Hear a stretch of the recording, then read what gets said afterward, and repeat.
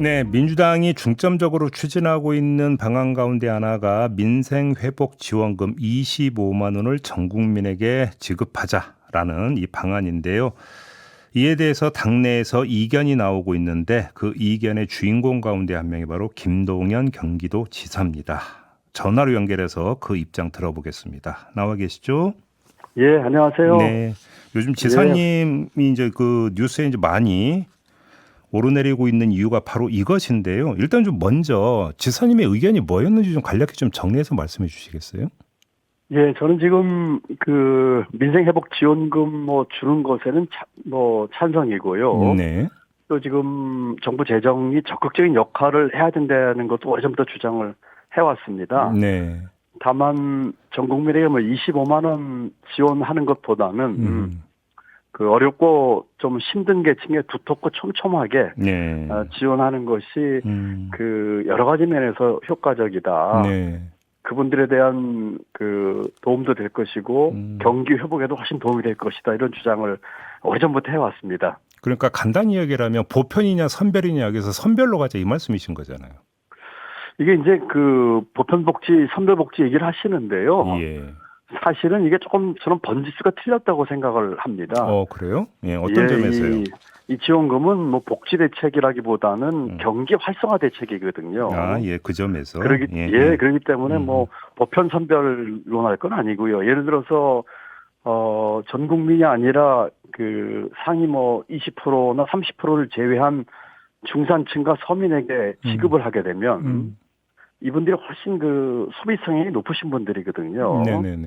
훨씬 더 많이 그 소비 진작이 될 것이고 경기 살리는 데 도움이 될 것이다, 이런 생각이고요. 네. 전 국민 25만 원 주면 13조가 된다고 합니다. 네.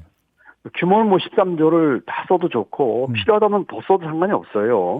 왜냐하면 지금 그 여러 가지 면에서 지금 경기 진작을 위해서 재정의 역할을 해야 될 때거든요. 네. 또 하나 생각은 이제 이 코로나 때 얘기를 많이 하십니다. 근데 코로나 때는 지금 상황이 많이 다릅니다. 코로나 때는 전 국민이 다 고통을 받고 계실 때였고요. 지금에는 경제가 어렵지만 그 고소득층은 오히려 소득이 늘어나고 있거든요. 그러면 구체적으로 그 좀 더 어려운 분들에게 두텁게 지원하자고 지금 말씀 주셨잖아요. 네네. 그러면 전국의 몇 퍼센트에게 어느 정도를 지원하는 게 현실적이라고 보시는 거예요? 그건 이제 그 여러 가지 좀 사회적 좀 합의를 좀 해야 되겠지만 제 네. 생각에는 상위 20%를 제외한 80%나 예. 또는 30%를 제한 70%나 다 가능하겠죠. 그런 음. 분들 특히 이제 이 속에는 이제 소상공인, 자영업자, 또 중소기업 하시는 분들, 이런 분들 포함 안 되겠습니까? 네. 또 이런 것으로 인해서 소비 진작이 된다면 그런 소상공인, 자영업자 이런 분들 그 경기가 살아날 것입니다. 그렇기 때문에 예. 저는 그런 일부 상위 계층을 제외한 어렵고 두툼한 계층에 두텁고 촘촘하게 주는 것이 훨씬 더 경기 진작, 또 어려운 분들 더 많이 도와줄 수 있다, 이렇게 생각을 하고 있는 그러면 것이죠. 두텁다라는 표현을 지금 여러 차례 쓰고 계시는데 그럼 얼마 정도가 두터운 거라고 봐야 되는 걸까요? 그 예컨대 13조가 됐든 그 이상이 됐든 그 총액이 있다면은 예. 자연히 이제 70% 80% 중산층 서민층에게 지원이 된다면 훨씬 더 많은 금액의 지원이 갈 수 있지요. 그래요. 근데 저는 이게 지금 그러면 말씀을 듣다 보면은 약간 좀 그 이해가 안 되는 게 뭐냐면 제가 그 더불어민주당 당직자하고 인터뷰를 할 때 이걸 몇 차례 그 질문을 드린 바가 있어요. 네. 그때 나왔던 대답의 맥이 네. 정부 여당이 계속 반대하는데 만약에 네. 그 선별 지급으로 간다면 그것도 이야기할 수 있다. 협상에 올릴 수 있다는 얘기를 했어요, 당직자들이. 그럼 맞습니다. 지금 예. 지사님 얘기하고 별로 다를 게 없는 거지 않습니까? 맞습니다. 그 정부 여당은 처음부터 이 민생회복지원금을 반대했었거든요. 네. 당도 그렇고 저도 그렇고 처음부터 시종일관 이 민생회복지원금을 저희는 주장을 해왔고요. 네. 그리고 이재명 대표께서도 5월달에 최고위원회나 또는 대통령이나 여당 대표 만날 적에도 상당히 신축적인 입장을 표명하신 거로 알고 있습니다. 네. 그렇기 때문에 제가 볼 적에는 크게 이게 이견이 있을 사안은 아니고 또 우리 당내에서도 이 정도 가지고 정책 토론을 벌이는 것은 굉장히 생산적인 겁니다. 네. 그리고 그것이 앞으로 국민에게 신뢰받는 수권 정당으로 가는데도 이 도움이 되기 때문에 네. 뭐 이런 얘기가 있는 건 전 뭐 대단히 바람직한 일이다 이렇게 생각을 하고 그 대표나 또는 당직자들 얘기와 뭐 큰 차이 없는 얘기가 아닌가 그런 생각을 해봅니다. 다만 네. 이런 점은 있겠죠. 이제 협상 전략의 측면에서 놓고 본다면 일단 전 국민 지급으로 이제 카드를 꺼내서 나중에 협상에서 그러면 뭐 80%로 그러니까 조정을 하더라도 일단은 협상 전략상 일단 모든 국민에게 지원하는 것 요렇게 이제 이야기할 수 있어야 되는데 이 여기에 전략에 해가 된다 혹시 이렇게 판단하는 측면은 있을까요? 어떻게 보십니까? 글쎄요, 예를 들어서 지금 전 국민 지원에 대한 얘기를 했는데, 정부 여당에서, 좀 신축적으로 하는 쪽으로 만약에 같이, 타협 내지는 합의를 볼 수 있다면, 네. 뭐 좋죠. 그렇죠. 뭐 협상 전략도 좋지만 지금 추석 얼마 안 앞두고, 여야정 합의해서 빨리 국민들에게 명절 선물 드렸으면 좋겠고요. 네. 그리고 이게 복지 정책이라기보다는 경기 활성화 대책에 가깝다면, 전에 전 국민에게 줬을 적에 소비를 연결된 비율을 보면은 그게 높지 않았습니다. 그런데 중산층이나 서민층이나 어려우신 분들은 소비 성향이 높으신 분들이거든요. 네네네. 그렇기 때문에 경기 진작에 훨씬 더 도움이 될 겁니다.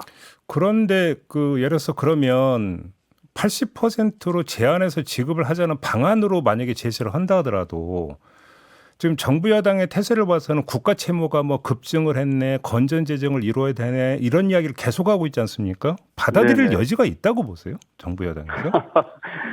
정부가 건전재정 얘기라고 쓰지만 사실은 긴축재정이지요. 네. 그리고 정부가 받아야죠. 지금 정부의 재정 정책은 크게 잘못됐습니다.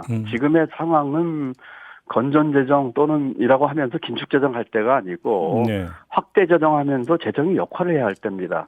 가계부채 또 지금의 경기 상황 이런 걸 봤을 적에 정부 재정이 보다 적극적인 역할을 하면서 네. 이 어려운 상황을 극복하고 경기 진작시키고 또 여러 나라들이 하고 있는 산업 정책에 따른 우리 정부가 해야 할 일들을 지금 해태하고 있거든요. 네. 또 제가 뭐 정부 재정을 오랫동안 해온 사람으로서 지금의 정부 재정 정책은 정말 방향을 잘못 잡았기 때문에 네. 이번 기회에 바로잡는 계기가 됐으면 좋겠습니다. 알겠습니다. 저희가 어제 이한주 민주연구원장하고 인터뷰를 했거든요. 아, 그러시죠? 예, 그래서 이 문제가 좀 잠깐 언급이 됐는데 지사님의 견해에 대해서 이한주 원장은 이거 너무 작은 시각이다 이렇게 평가를 하더라고요. 이거에 대해서 어떤 대답을 주시겠습니까? 어디 봤는데 제 취지를 잘 모르시는 것 같아요. 네. 지금 말씀드렸다시피 이게 복지정책이보다는 경기활성화 대책이거든요. 네. 아마 이 원장도 경기활성화 대책이라서 그런 논리를 편 것 같은데, 예. 경기활성화 대책이라면은 소비 진작을 할 수 있는 방향으로 가야 되거든요. 근데 이한주 그런데 원장은 효과가 따블이라고 이야기를 하던데요. 고소득층에게 이 돈 준다고 해서 그게 소비로 연결이 되겠습니까? 오히려 두텁고 촘촘하게 지원받은 서민이나 취약계층이 네. 더 많은 소비를 할 수 있는 것이고 그것이 우리 바닥 경기나 또 소상공인 중소기업인 자영업자 이 돈이 돌아가게끔 하는 일이지요.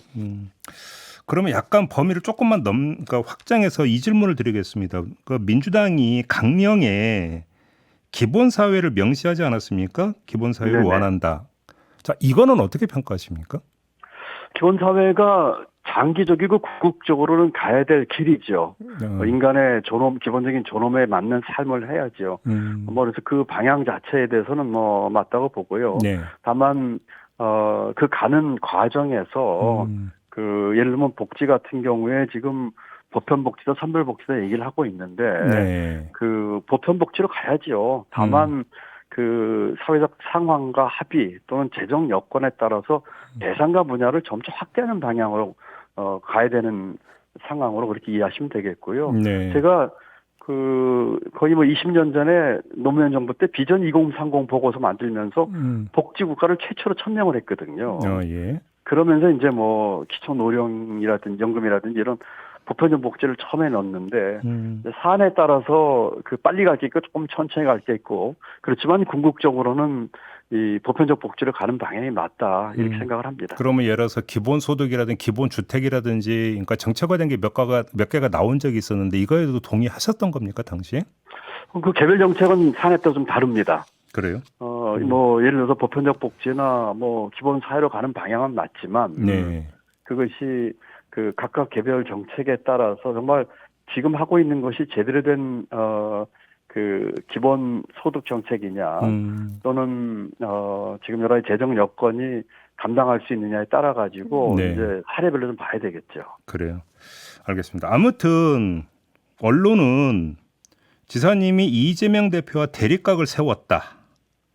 이런 식으로 많이 묘사를 하던데 어떻게 받아들이고 계십니까?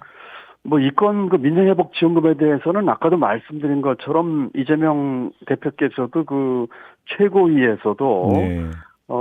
이 굳이 정부에서 어렵다고 하면 차등 지원 방안도 받아들일 수 있다라고 얘기를 하면서 아무것도 네. 지원 안 하는 것보다 이게 그 낫다는 생각을 제안하는 거다라는 얘기를 했고 네. 대통령과 또 그 여당 대표와의 그 회담에서도 적정선서 이거는 신축적으로 할 수 있다 이런 얘기를 하셨습니다. 그렇기 때문에 저는 뭐 이거는 같은 방향 하에서의 방법에 있어서의 뭐 차이지요. 그렇기 때문에 뭐 글쎄 언론에서 뭐 그런 각을 세우려고 하는 이거는 뭐 예. 알겠습니다만 이게 네. 뭐 각을 쓸 일인가 같은 방향 하에서 방법에 대한 얘기를 하고 있는 것이고 아까 말씀드린 것처럼 민주당에서 이런 정책 토론을 활발하게 하면서 네. 국민들에게 이 좋은 모양을 보여주는 것이 습관 정도로 가는 길이라고 저는 확신합니다. 근데 언론이 그렇게 그 보도를 하는 데에는 뭐 그래서 네. 대립각을 세웠다, 독자 행보를 걷기 시작을 했다, 차별화에 나섰다 이런 식으로 그러니까 그 묘사를 하고 있는데 거기에는 또 다른 사례가 뭐냐면 네. 지금 지사님이 이른바 비명 친문 인사들을 계속 모으고 있다. 네, 네. 이 점을 강조를 하고 있는데 이건 어떻게 받아들이십니까? 비명이다, 뭐, 친명이다, 뭐, 반명이다, 저는 뭐 그런 거 별로 관심 없고 잘 알지도 못합니다. 예. 제가 경기도정 하면서 네. 우리 경기도 일하는데 가장 도움이 될 만한 분들을 모시려고 애를 썼고요. 또 이미 그 국회의원 되신 분들 제가 모실 수가 없어요. 그 많이들 배지 다셨잖아요. 배지 안 단 분들 네. 정치인들 또는 제가 지금 그 저에게 같이 와서 일할 수 있는 분들 그 풀에서 예. 경기도를 위해서 가장 일하시기에 그 능력 있고 적당한 분들을 이제 모셔온 거죠. 그러면 전해철 전 의원을 도정 자문위원장으로 모셔온 것도 그 차원으로 이해를 하면 된다 이런 그렇습니다. 말씀이실까요? 예. 전해철 의원은 경기도에서 삼선 의원을 하신 분이고요. 경기도 사정 잘 하시는 분이고요. 네. 또 행안부 장관까지 하시면서 이 지방자치분권에도 네. 이 철학이 있으신 훌륭한 분입니다. 그래요? 경기도에서 제가 그 지난번 도정 질의 때 자문위원장 질문을 그 의원이 하셨길래 네. 우리 경기도 전직 의원 중에서 정말 훌륭한 분 모셔왔으면 좋겠다 이렇게 하는데 거기에 딱 부합되시는 분이죠. 그러면 그냥 거두절미하고 제가 그냥 그 직진성 질문 하나만 드릴게요, 지사님. 네네. 내후년 그럼 지방선거에 그 연임 도전 안 하고 대권으로 도전하시는 겁니까? 지방선거에 다시 출마하실 겁니까? 지금 뭐 아직 2년이나 남은 제 임기도 있고 네. 지금 뭐 그런 얘기를 지금 할 때가 아니죠. 경기도에 지금 산적한 일들도 있고요. 어떤 네. 분들은 지금 뭐 대권 행보 얘기를 하시는데 지금 저는 개인 대권 행보에 관심 없고요. 만약에 큰 한다면 민주당 정권 교체 행보죠. 민주당이 유능한 민주당으로서 이 정권 교체를 이루기 위해서 하는 네. 그런 데서의 제가 할 수 있는 역할이 있다면 해야 되는 것이고 네. 우선 저는 지사로서 지금 그 산적한 경기도 문제 또 제가 했던 공약의 실천 이런 쪽에 좀 주력을 하고 있습니다. 알겠습니다. 또 다른 거 하나만 좀 여쭐게요. 그 최근에 네네네. 이종찬 광복회장 만나셨잖아요. 그렇습니다. 여기서 경기도 독립 기념관 건립을 추진하겠다 이렇게 입장을 밝혔는데 구체적인 계획이 어떤 겁니까? 네, 지금 그 윤석열 정부가 지금 역사 지우기를 하고 있거든요. 네. 경기도는 역사 지키기를 하겠다 하고 나선 것이고요. 네. 광복회 경기도 지부와 이제 광복회에서 경기도에 이제 요청을 공식으로 했거든요. 네. 그래서 저희가 지금 천안에 우리가 하나밖에 독립기념관이 없는데 그 독립기념관은 이제 무장항쟁 위주입니다. 네. 그렇기 때문에 지금 무장항쟁뿐만 아니라 예술, 언론, 교육, 뭐 여러 다양한 방식으로 애국 활동하신 분들을 기리는 독립기념관을 그 접근성 좋은 이 수도권에 만들었으면 좋겠다는 뜻으로 지금 하고 있고요. 네. 지금 뭐 여러 가지 그 둘러 찢어진 광복절 행사라든지 또는 뉴라이트 인사라든지 하는 걸 봤을 적에 대통령이 과연 그 헌법을 수호할 자격이 있는지 모르겠어요. 네. 그렇기 때문에 이 경기도라도 나서서 역사 지키기, 역사 바로 세우기 하겠다는 뜻으로 저희가 알겠습니다. 추진할 계획이고요. 그 이종찬 회장을 비롯한 광복회에서 아주 뭐 열렬한 그 환영의 뜻을 표해 주셨습니다. 알겠습니다. 하나만 더요. 네네. 지금 이제 그 추석 명절 때에 의료 대란 우려가 상당히 있잖아요. 그래서 어제 그렇습니다. 예. 중앙정부도 이제 대책을 내놨는데 혹시 경기도 차원에서도 대책을 강구한 게 있나요? 네, 제가 그 얼마 전에 그 저희 아주대 응급실 방문을 해서 지원을 좀 결정을 했고요. 예. 아주대 같은 경우에 경기도 중증 그 응급 환자 25%를 감당하고 있어요. 그리고 저희들이 상황이 안 좋기 때문에 내일 저희가 긴급 그 추석 전에 그 의료 대란에 대한 대책 그 회의를 제가 긴급 소집을 그 했습니다. 네. 그렇기 때문에 저희 차원에서 할 수 있는 것은 뭐 최선을 다하려고 하고 있습니다만 지금 문제는 중앙정부에서 이 문제를 풀어야지요. 네네네. 예, 지금 뭐 여야 의정 협의체를 한다고 하는데 지금 뭐 순서가 크게 잘못됐죠. 애초부터 이게 독재적이고 비민주적인 발상으로 밀어붙일 일이 아니고 예. 다양한 의견을 듣고 이 사회적 합의를 유도를 해야 되는데 이제 와서 뭐 지금 뭐 그런 걸 한다는 것 자체가 순서가 크게 잘못됐고 또 그 지금 뭐 의사협회나 또 의료계보고 대안을 가져오라는 얘기를 하고 있는데 네. 이 문제를 묶은 사람이 풀어야죠. 대통령이 결자 해지해야 합니다. 알겠습니다. 자, 오늘 말씀은 여기까지 듣도록 하겠습니다. 고맙습니다, 지사님. 네, 감사합니다. 지금까지 김동연 경기도지사였습니다.